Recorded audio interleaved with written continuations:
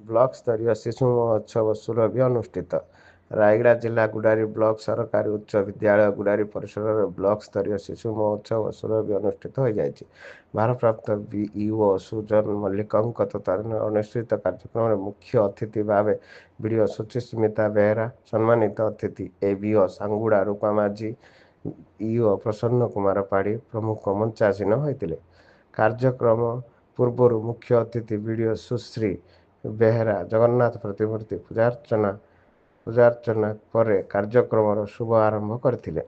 ଅତିଥିମାନେ ସେମାନଙ୍କ ବକ୍ତବ୍ୟ ମାଧ୍ୟମରେ କାର୍ଯ୍ୟକ୍ରମ ଅଭିମୁଖେ ସହ ପିଲାମାନେ ଏହି କାର୍ଯ୍ୟକ୍ରମ ଦ୍ୱାରା ସେମାନଙ୍କ ଅନ୍ତର୍ନିହିତ ଗୁଣର ବିକାଶ ହୋଇପାରିବ ବୋଲି କହିଥିଲେ। ଏହି ଅବସରରେ 16ଟି ପ୍ରତିଯୋଗିତା ଅନୁଷ୍ଠିତ ହୋଇଥିଲା।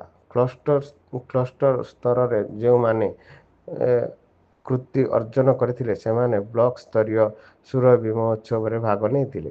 ଏଥିରୁ ଯେଉଁମାନେ କୃତି ଅର୍ଜନ କରିବେ ଜିଲ୍ଲା ସ୍ତରୀୟ ସୁରଭିକୁ ମନୋନୀତ ହେବେ ବୋଲି ବ୍ଲକ ଶିକ୍ଷା ବିଭାଗ ପକ୍ଷରୁ କୁହାଯାଇଛି। ଗୁଡ଼ାରୀ ବ୍ଲକର ପ୍ରାୟ 9 ଗୋଟି କ୍ଲଷ୍ଟର ଛାତ୍ରଛାତ୍ରୀ ଅଂଶଗ୍ରହଣ କରିଥିଲେ। ଏହି କାର୍ଯ୍ୟକ୍ରମକୁ ପ୍ରମୋଦ କୁମାର ତ୍ରିପାଠୀ ମଞ୍ଚ ପରିଚାଳନା କରିଥିବା ବେଳେ 8ଟି କ୍ଲଷ୍ଟର ସିଆର୍ସି ପ୍ରମୁଖ ସହଯୋଗ କରିଥିଲେ। ବିଭିନ୍ନ ସ୍କୁଲର ଶିକ୍ଷକ ଓ ଶିକ୍ଷୟିତ୍ରୀମାନେ ଉପସ୍ଥିତ ଥିଲେ।